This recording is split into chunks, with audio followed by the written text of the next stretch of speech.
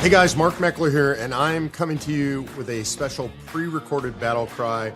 I'm out this week, and so I wanted you to see something that probably a lot of you didn't get to see. Last year, Mike Farris spoke at a rally in Ohio. Mike Farris is my co-founder for Convention of States, the guy who came up with this idea, the man who plucked it out of constitutional history and knew it was the way to save the country. By the way, also the president for 6 years of Alliance Defending Freedom, co-counsel on the Dobbs case. The organization brought 13 Supreme Court cases during his tenure there. They won 12 of those. Founder of Homeschool Legal Defense Association. It's like hanging out with one of the founding fathers. So you're going to get a chance to see Mike Farris at this rally at his best. I'm excited for you to watch this video. Stick around. First speaker is going to be our House sponsor, co-lead sponsor, Riordan McClain. He's a state representative for District 87 of Ohio. He's in his final term as state representative. He and his wife, Sarah, have 5 children. He's worked on various legislative matters, including school choice and, of course, Convention of States. He now serves as Majority Whip of the 136th General Assembly. Please welcome Riordan McClain.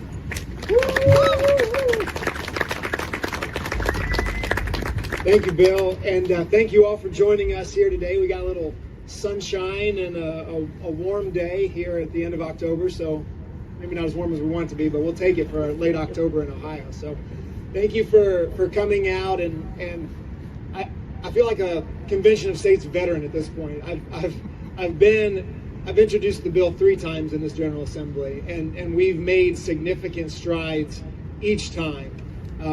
We've won the case. We've been making the case to our fellow legislators, educating legislators on the issue, making sure that we understand what this means, what it means and what it doesn't mean.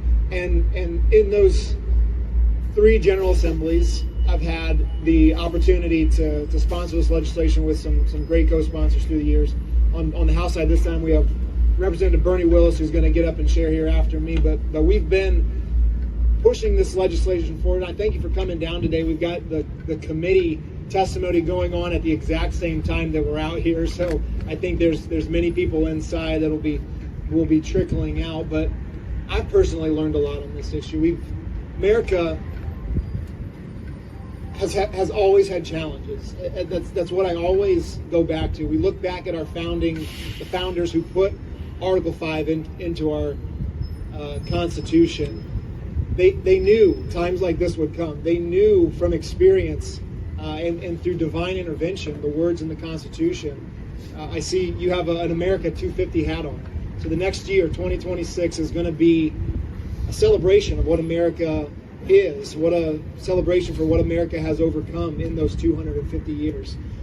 And our focus should be not on only the past 250 years. We're thankful for that, but our focus has to be on the next 250 years. How do we, in this moment in time, in a time such as this, that we are all placed on this earth in the year 2025, what can we do to preserve this nation? What can we do to make sure the next 250 years of America are just as positive and the trajectory of America continues to go up for the next 250 years? This is that moment. The Convention of States, Article 5 clause of the Constitution gives states the ability to address the needs, the real needs that we see within the federal government, the real needs of federal overreach, of running a balanced budget, of not running a balanced budget, of running a $38 trillion national deficit. There are real cracks in our society that this process can address, that this process hopes to bring to the forefront of the American conversation. Because Bill mentioned I have 5 kids, and I'm sure many of you have kids as well. And my goal as a legislator, my goal as a father, is to make sure that my kids have the American dream that I had growing up, and that we all had. And it's the American dream, right? Is there another dream out there? Like, do we talk about the German dream or the Chinese dream or other countries' dream? It's known as the American dream.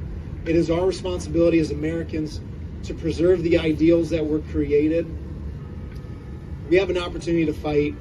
We must fight on this issue. I've been honored to be able to be one of the legislative leaders on this issue in the State House for the last few years. I thank all of you for coming down here today. It's important that we make sure that this issue is known by all legislators. We have term limits in the state of Ohio. So legislators come and go, and we have to be re-educated. We have to always be educating our legislators on the issues of the day, and this is certainly one of them. Benjamin Franklin is well known for his statement on the steps, coming out and the individual coming up to them and saying, well, what have you given us? A monarchy, and he said a republic. But what comes after that is most important, is the words, if you can keep it. And it's up to us, it's up to our fellow Americans to keep it. This Article 5 convention is a process of keeping the American Constitution alive, keeping the American ideals alive. And I go back to what I started with, the 250 years of our founding, all that we've overcome, all of the divine intervention that we've had as a nation to get to where we are today. And we think things are crazy in our time, but they're always crazy, right? You look back, what generation has not had to fight for the American ideals, have to preserve it? Let us not be the generation that let that go silent. I always go back to the words of Ronald Reagan on that issue. He says, be thankful that we don't live in pale and timid times, that you have the opportunity to fight for something, the opportunity to stand for something, to preserve it. So I'm honored to be with you here today. I'm honored to carry the legislation in the House.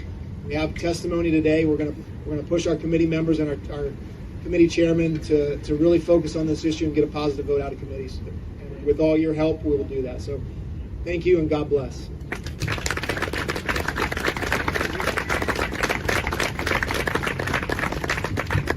Thank you, Representative McClain. We appreciate it. Next up is Representative Bernie, nicknamed Bunyan. Willis is serving his second term in the Ohio House of Representatives in the 74th District, which includes Springfield and much of Clark County. Prior to public office, Rep. Willis had a distinguished 36-year career in the U.S. Air Force, rising to the rank of colonel. He flew, fun fact, F-16 fighter jets and Predator drones in the military. He retired in 2023 with 30 years of active duty, and Rep. Willis is very active in his community and is a Clark County Deputy Sheriff. Please welcome Bernie Willis. Woo.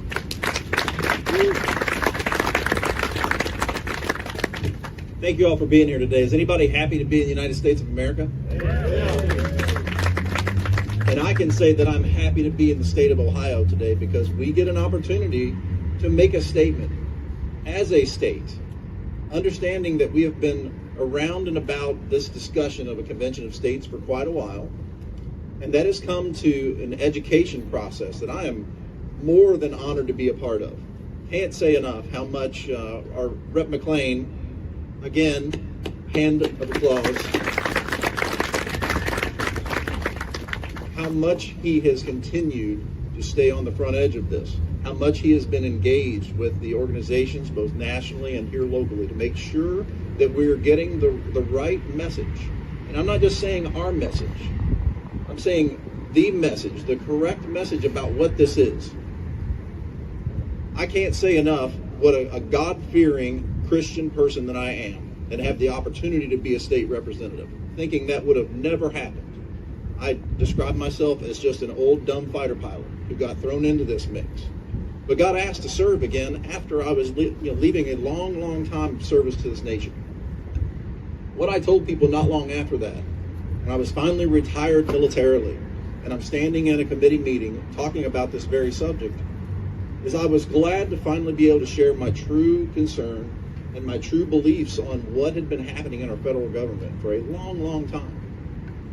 See, I remember 40 years ago, whenever my father was having a conversation with me about the things that were happening in the federal government, and the fact that we had all of these states that were getting together to ask for a call for a convention of states. Go figure, right? 4 decades ago. And there was a large call. It got very, very close to having enough states. And what happened? The federal government moved. The federal government started making some really good decisions. Now, they weren't fully carried out, and I truly believe that a convention would help that. But every time someone asks me about the Convention of States, I tell them it's a conversation. It is very similar to what just happened. It is happening right now inside our state house. The conversations that we're having on difficult issues have to be had. And the way that this happens constitutionally is to have a convention of states so that all the states can say what they believe about these specific subjects of budget control, living within our simple means as Americans, understanding that each and every one of us and each and every one of our children, grandchildren, and everyone else currently owes over $90,000 to the federal debt. I mean, just think about it.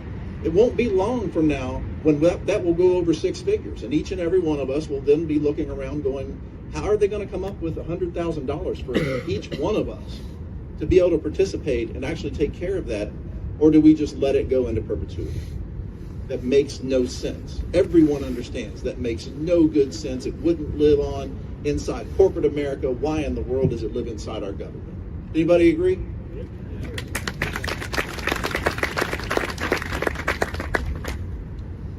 The other two issues that I think are actually very, very likely to be talked about a lot right now are term limits, for sure. Understanding that we have people that have served most of their adult life inside that government during the period when some of the worst decisions have been made. And we should have been making changes over that time, for sure, except for the fact that we don't ask for term limits to those people. And if they want to continue to run, and it's most likely someone that's in office will get elected again, and there's all the other things that go into that, and the money that gets donated, and all those things come to bear. The problem is that we have people that are serving too long. I never have a desire. Actually, when someone asked me to run for this office, I told them that was probably a bad idea. But we have people that are not only running to be in those offices, sometimes for the wrong reasons, but just, even if they go there with the right reasons, sometimes it's just too long. And we have to have some limits. I think everything that we have in our government has to have some limits until we back all the way up to, and I appreciate the fact that we have people on both sides of this issue here today. I see a sign in the back that says, God inspired our Constitution. I absolutely agreed that. And I absolutely 110% agree that Article 5 was God inspired also. Amen.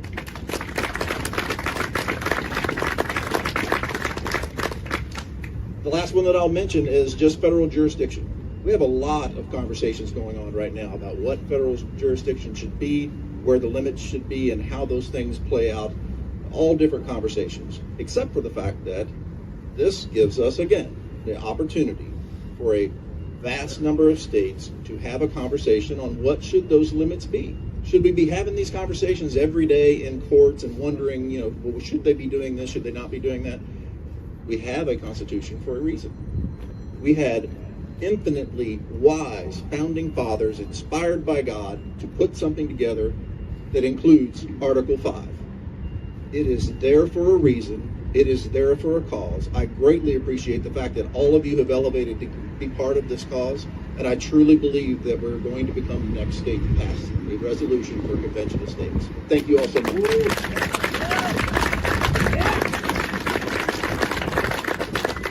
Thank you, Representative Willis. We appreciate that. Next up, it's my pleasure to introduce Senator George Lang from Senate District 4 in Southwest Ohio. George is one of our co-lead sponsors in the Senate for the Convention of States resolution. And I also would say that he's also very knowledgeable on history. And the last time I saw George a couple of months ago, he relayed to me that he had just finished a great book called Decision in Philadelphia. And if you haven't read it, grab it. It's a wonderful book about what the founders went through as they were deliberating over this wonderful founding documents they created. So it's my pleasure to introduce George, and he'll say a few words. Thanks, Dale, and Riordan, Bernie, thank you. Bernie, not only for your service to the state, but your service to our country. I hope you know nobody takes that for granted. Yeah. It is with a high degree of enthusiasm, motivation, and excitement that I am here today to pledge my full support for the Convention of States. I'm not sure what I'm about to tell you is 100% accurate because I haven't whipped the vote, but based on colleagues I've had within my caucus, I believe we have the votes in the Senate to get it out of the Senate, so I'm confident we will get that done. So a lot of people ask me why I support this. There's an amazing gentleman in my district, Susan, you know him, Jim Lewis.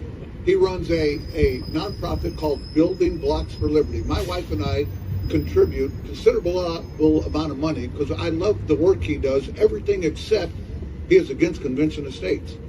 I literally have given Jim, I don't think it'd be an exaggeration if I said over 40 hours to change my mind on why the Convention of States is wrong. He sent me videos, I attended seminars, he's been in my office meeting with me.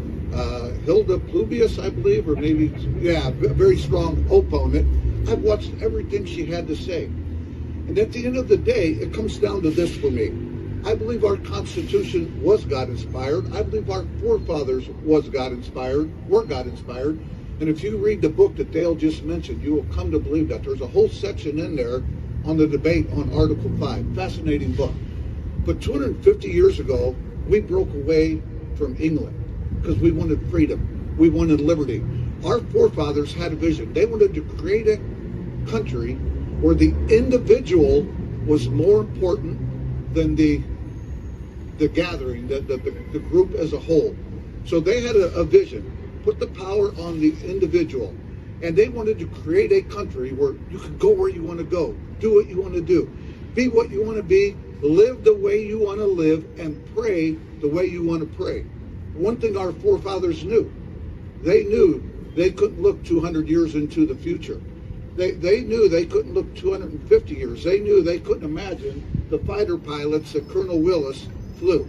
So they created this loophole in the Constitution with so many safeguards to protect it. And the opponents have tried to talk to me about everything that could go wrong. You've heard it all, the runaway convention, one thing after another. I believe our forefathers were the smartest people that ever walked the face of this planet. I believe they knew what they were doing, and they put enough protections and safeguards in the Convention of States to eliminate all that.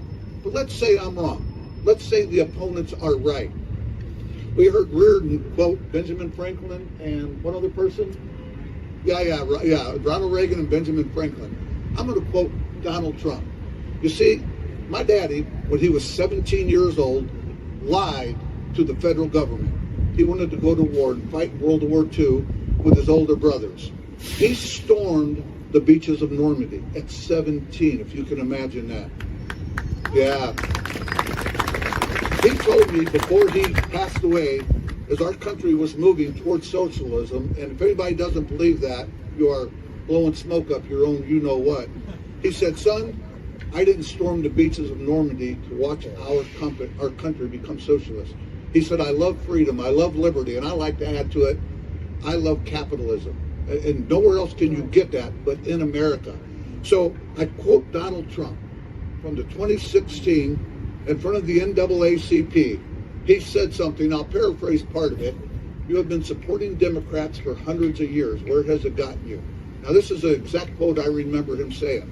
What the hell you got to lose? And that's the way I feel about the Convention of States. Now, we are fortunate in that we are on a temporary setback of the overtaking of socialism of our country. And right now there's a great movement in our country, and I hope that movement continues into perpetuity. I don't think it will.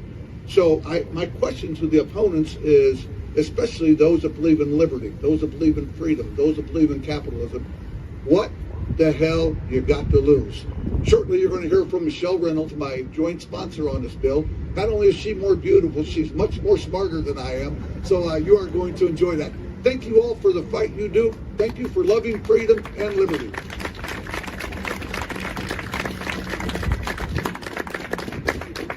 Thank you so much, Senator Lang. Our next speaker is John Kerezy. John is an assistant professor of journalism and mass communications at Cuyahoga Community College. He's also vice president of the Community College Journalism Association.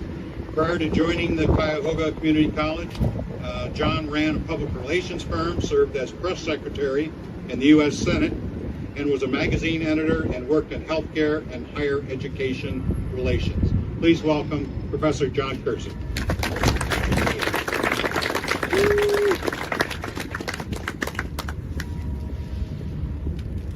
good midday.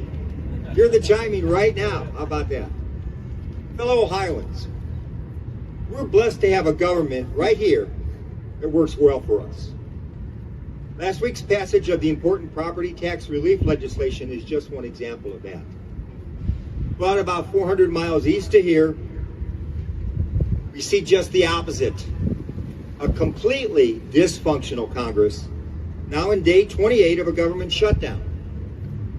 The federal debt today stands at over $38 trillion, more than $111,000 per person, or about $286,000 per household, according to the U.S. Senate's Joint Economic Committee.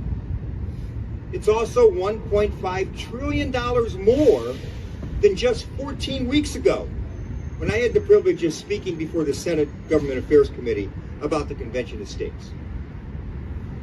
According to a man I respect a lot, veteran reporter Britt Yoon, who's covered Washington for 55 years, Congress is completely incapable of reining in spending. So, how do we fix something that's irrevocably broken? It only happens if members of the General Assembly here and their counterparts in all 50 states step up. Ohio must fulfill its duty, as defined in Article 5 of our Constitution, and restore sanity and balance to our federal government.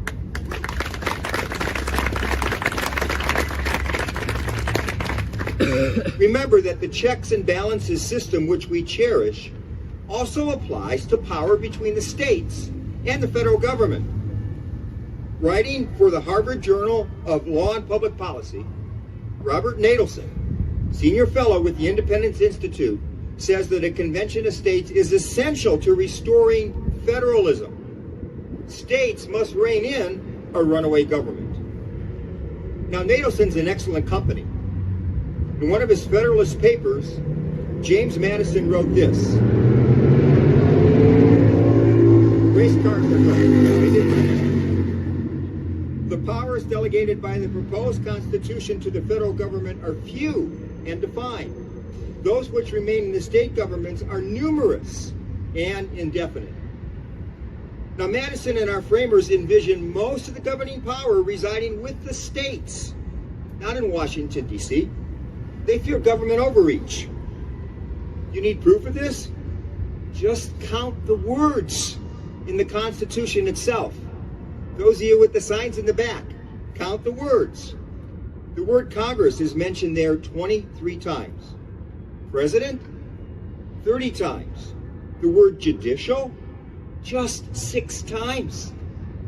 The words state or states you will find mentioned 174 times in our Constitution.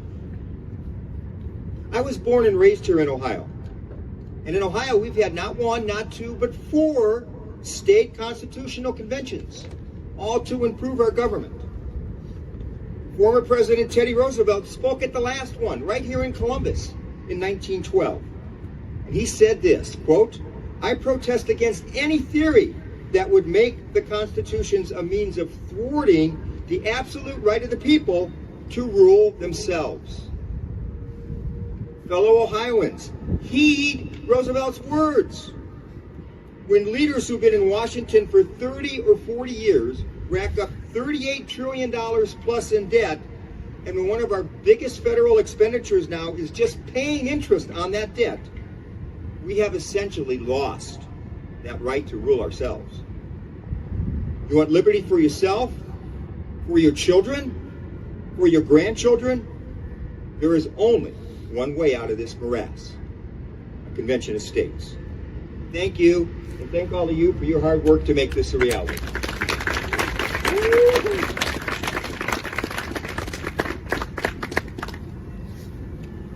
Thank you very much, John. We appreciate it. Our next speaker is Senator Michele Reynolds. Michele Reynolds is currently serving her first term in the Ohio Senate, representing Ohio's District 3. She previously served as a Madison Township trustee for 3 years and Governor Mike DeWine's faith-based director for the state of Ohio. She holds a bachelor's degree, 2 master's degrees, 2 honorary doctorate degrees, and is a JD candidate at the University of Dayton after graduating law school this fall. Senator Reynolds serves as the chair of the Senate Housing Committee. Please welcome Senator Reynolds.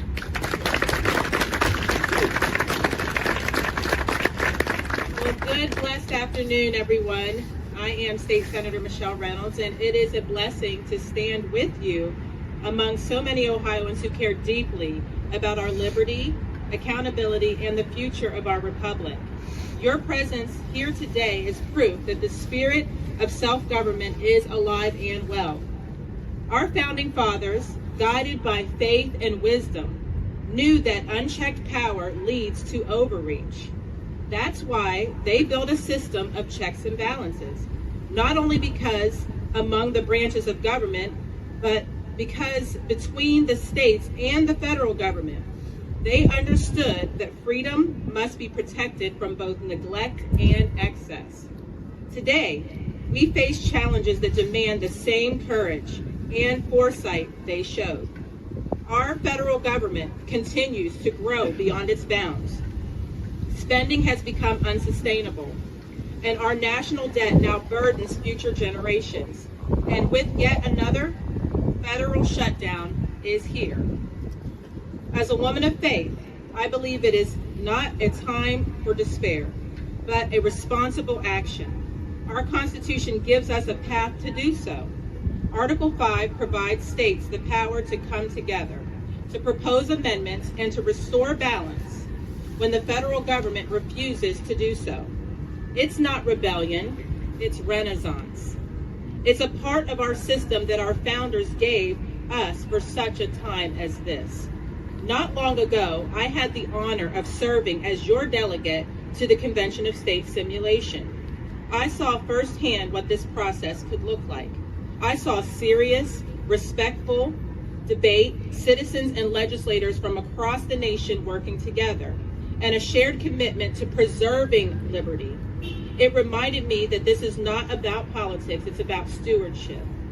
That's why I joined Senator Lang in joint sponsoring Senate Joint Resolution 3, which calls for Ohio to join the Convention of States movement. SJR 3 is currently before the Senate General Government Committee. It had its third hearing on June the 17th, but we have more work to do. We need your voices, respectful, persistent, and prayerful, to reach out to your senators, contact the committee members, and give in-person testimony when you have the opportunity. Let them know that the people of Ohio, we believe in our Constitution, but we also believe that we as a state have the remedy to help our federal government get things back the way they need to be. Scripture reminds us that to whom much is given, much more is required. We've been given freedom, prosperity, and the blessing of self-government. It is our responsibility to protect them for our children, for our grandchildren, and for generations to come. The biggest thing that I hear about not having a convention of states really stems from fear.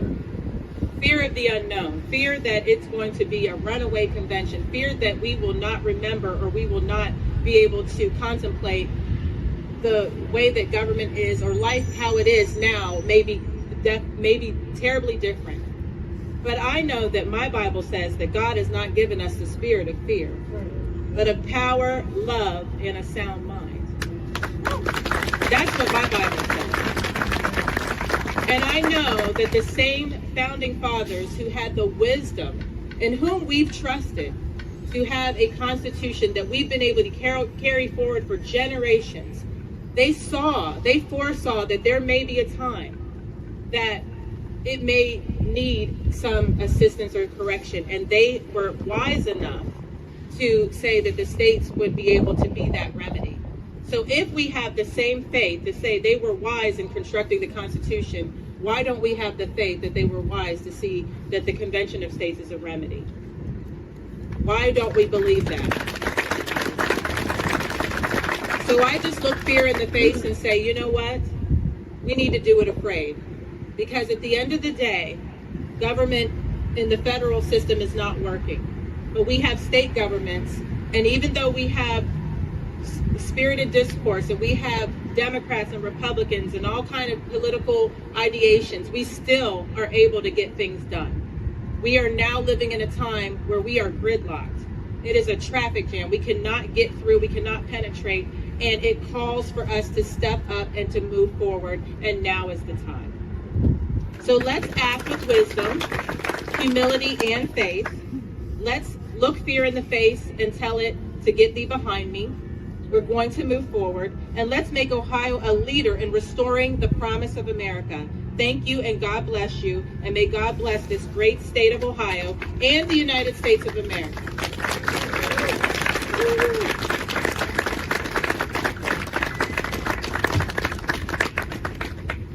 Thank you very much, Senator Reynolds. We appreciate those comments. It's my great honor to introduce our keynote speaker next, Michael Farris. Michael Farris is a senior advisor to Convention of States and co-founded the organization with Mark Meckler. He is largely known for his work in constitutional appellate litigation, religious freedom, and homeschool advocacy.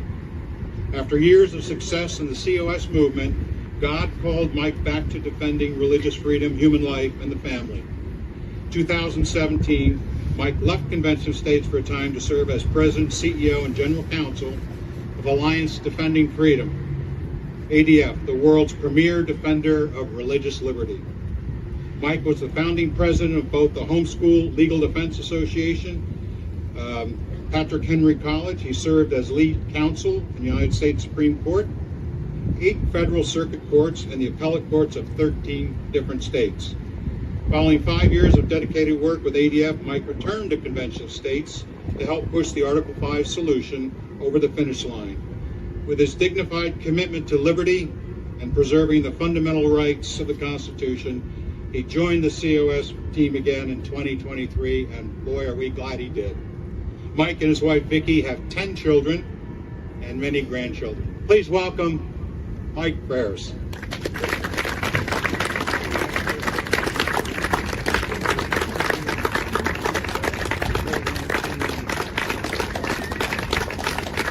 Thank you. All right. Sit down because I'm afraid you're going to leave if you stand up. It is wonderful to be here. I've been coming to Ohio quite a bit this last few years, although I asked one of our supporters today when I first came. It's 2015. It was the first time I came here to Ohio to testify on behalf of the Convention of States. And I observed as I testified in the committee this morning, the debt in 2015, the national debt was about $18 trillion. Today it's $38 trillion, a little more than double the amount. And I contend, and I said to the committee this morning, it's time to stop talking about it, start acting to get the Convention of States enacted in Ohio so that we can go on and start working on other states. This is a state that should be in the column of yes. The political makeup of this state, the beliefs of the people, the number of people that have signed up supporting it through the petition process and otherwise is just overwhelming. Ohio should be the kind of state that we take easily. Then we need to go to the states that are a little more purple and start flipping them and getting them on the right track. Because the reality is the conservative people want this. The people that want a runaway socialist government that takes away all of our rights, takes away all of our benefits of being free people, not government benefits. They want the government benefits. We want the benefits of freedom, not the benefits of government largesse. Those 2 different kind of benefits, indeed. People of that nature aren't so excited about the Convention of States. Although really, what we're trying to do is simply this. We're making sure that more decisions are made at the local level than are made at the federal level. If California wants to tax itself into oblivion and ruin its economy and imprison its people in shackles of debt and regulation, knock themselves out. Go ahead and do it and see how well it lasts. But what we want is the freedom for the rest of the country to not be shackled in that manner by the federal government. We need to make sure that the federal government obeys the principles that this country was founded upon.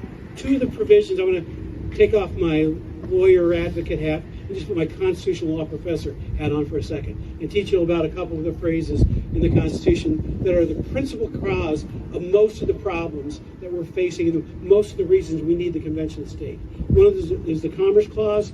and the other is the General Welfare Clause.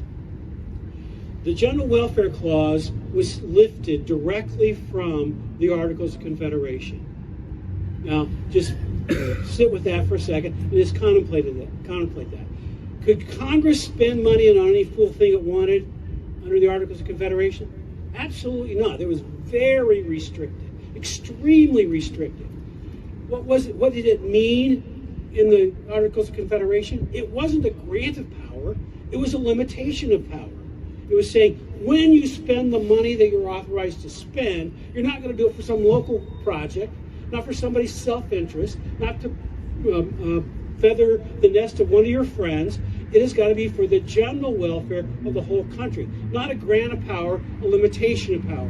That same phrase put into the Constitution meant the same thing until the Supreme Court of the United States got a case called Butler versus the United States. And if you want to know who killed the national financial security of our country, the Butler did it. I hate to tell you that, but that's the truth. Butler versus the United States, the Supreme Court of the United States said, we're pretty busy around here. We don't have time to discuss why we think that James Madison and company were wrong and Alexander Hamilton was right, and because Hamilton believed it was a grant of power, Madison and others thought it was a limitation of power. But in about a paragraph and a half, we said, we're pretty busy, and we think Hamilton is right, and someday we may explain it to you. We're still waiting for the explanation. By the way, I went back and got the briefs of that case when Patrick Henry College acquired a Supreme Court digital library of all their old briefs and so on, and I read the briefs in that case. And they even misused Alexander Hamilton.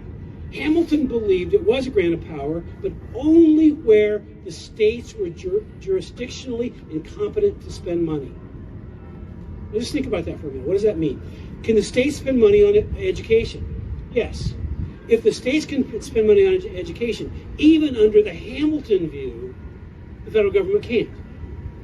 Can the states spend money on welfare? Yes. Even under the Hamilton view, the federal government can't spend money on that topic.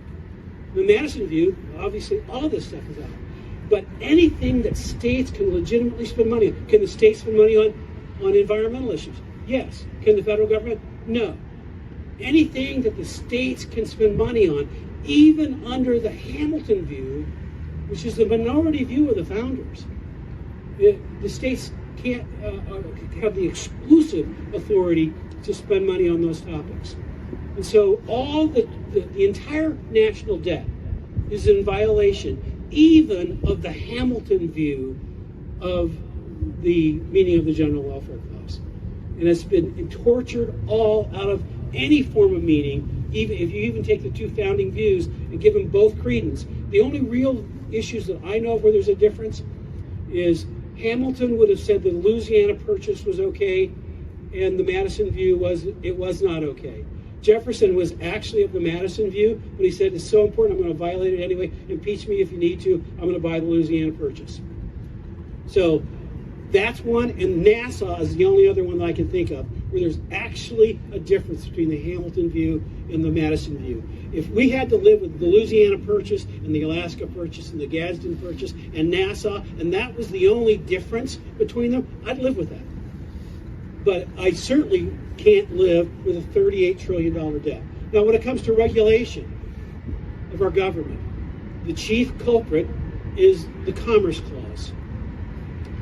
Again, interstate commerce is exclusively within the power of the federal government. Therefore, if the states can regulate something, the federal government can't. Can the states regulate banking? Yes. The Uniform Commercial Code is the chief regulation of banking in this country. The banking laws are, why you write a check says pay to the order of, and the drawee's signature has to be in the lower right-hand corner, and the routing numbers are there. All that state law. Every bit of it is state law. The states got together many, many decades ago and said it would be good if the banking system worked well nationally. So let's have uniform state laws on banking. They put together the Uniform Commercial Code that is banking and contracts and other topics, securities and so on. The state law is the reason your ATM machine your card works in the machine. not federal law. Federal law would take the money, take your card, keep a bunch of it, and give you back a tithe. It's because the states wrote the law that they actually work. The states regulate banking. Therefore, can the federal government legitimately regulate banking under the Commerce Clause? No. Can the federal government regulate manufacturing? No. Why? Because the states can regulate manufacturing. Can the states regulate agriculture? Yes. Can the federal government legitimately regulate agriculture? No. If the states can regulate it, the federal government cannot do so under the Commerce Clause. That's the meaning of the Commerce Clause. What's wrong with the Commerce Clause? The Supreme Court of the United States is what's wrong with the Commerce Clause.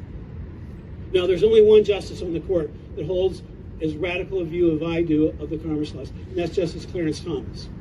And he has written essentially what I've just told you in dissenting and sometimes concurring opinions under the Commerce Clause. And so it's not just some radical guy, me. I've got at least one Supreme Court justice that agrees with me in toto, and others that are more in that direction than the majority might be. But the problem is the Supreme Court has opened the door for the group of senators in Washington, D.C. to misuse the phrases of the Constitution in an improper way. So how do we fix that? What tool did the federal government give us to fix that? Our friends in the back, I'm going to guess, would agree with something that the John Birch Society says, that we should do nullification. Folks, you can't nullify the national debt. You can't nullify federal spending. At most, you can nullify, in theory, you could disobey certain federal laws. Let's just pause on that for a second. Go a little quick aside. There are 50 books of laws passed by Congress. 50 books. Shelf, a lot of shelf space. 50 books of laws. Thousands and thousands and thousands of federal laws passed by Congress.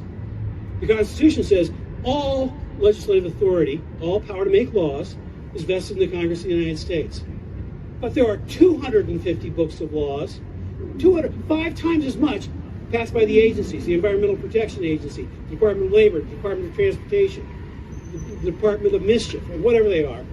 And every one of the departments, 250 books of laws, despite the fact that all legislative authority is vested in the Congress of the United States.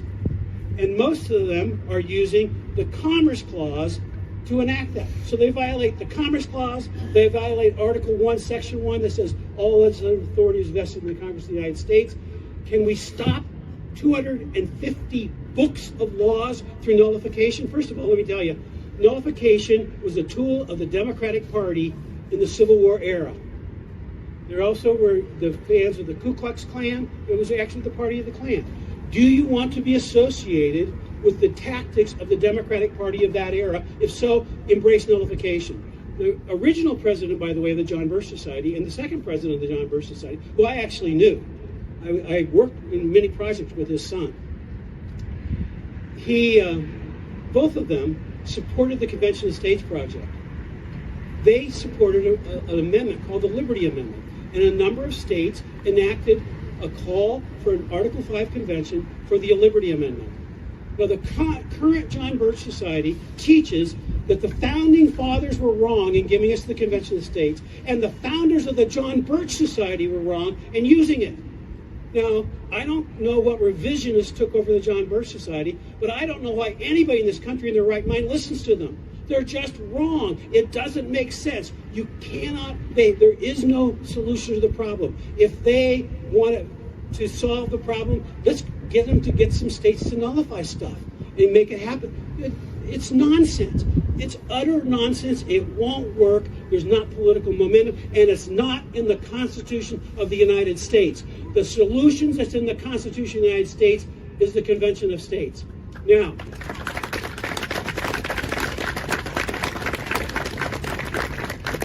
why did they do it this way? It's because they had a Christian worldview.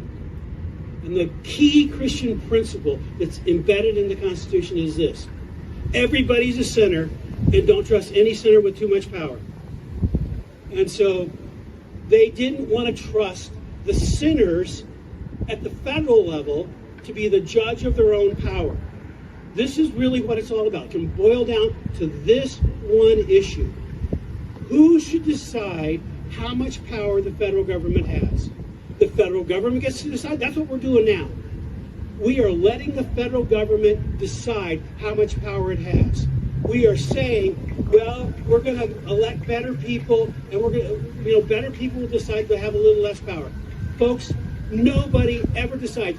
The people that take that position are trying to repeal the sin nature of man. And I got news for them. Adam is stronger than they are. The sin nature of man is stronger than any political argument at any point in time. Washington, D.C. will never, ever, ever, ever, ever, did I mention ever? Washington, D.C. will never reduce its own power. The group of sinners, because all of us are sinners, every single one of us are sinners. The sinners at the state level were given the power by the sinners who wrote the Constitution of the United States, the ability to stop the sinners in Washington, D.C. from abusing the power. It is time that the state-based sinners stand up for their own interest for a change and stop the federal government from abusing all of our power. That's what this is all about.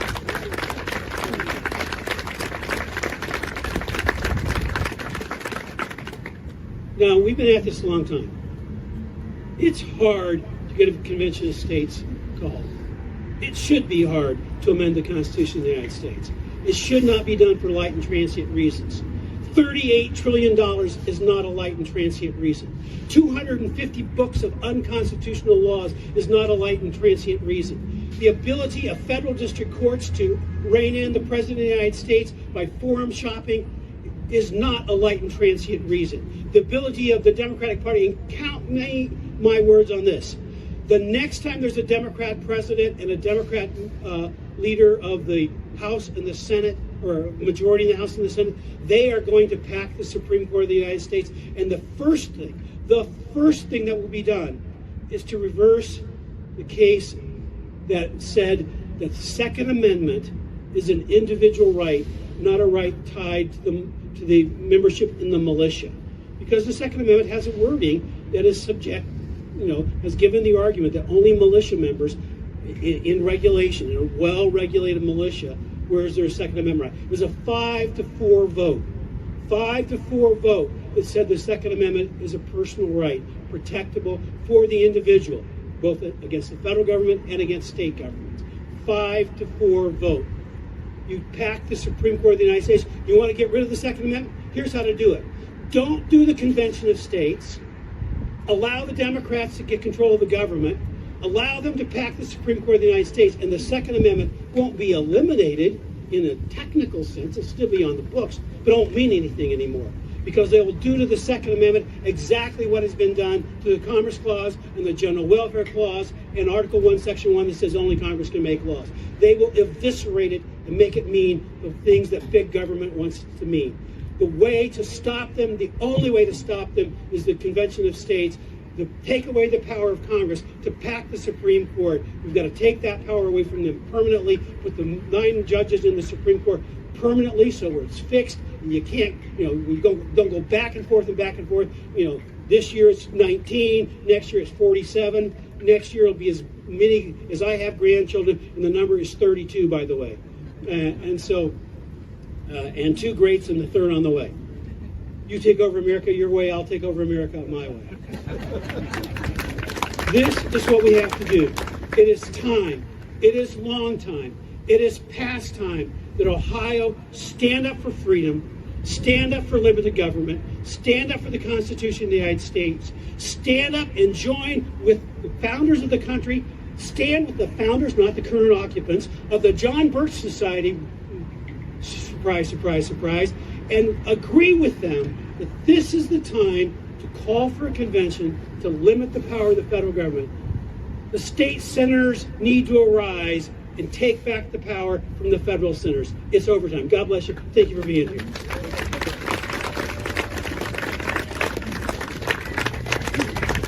Thank you, Michael Farris. I think that was a stem winder. Would you agree? Amen. Very, very fine words. Folks, I want to thank you all for coming today. That concludes our rally. You folks are the heart and soul of the organization. You are the tip of the spear of the grassroots organization in Ohio. And thank you very much for coming. Thank you very much.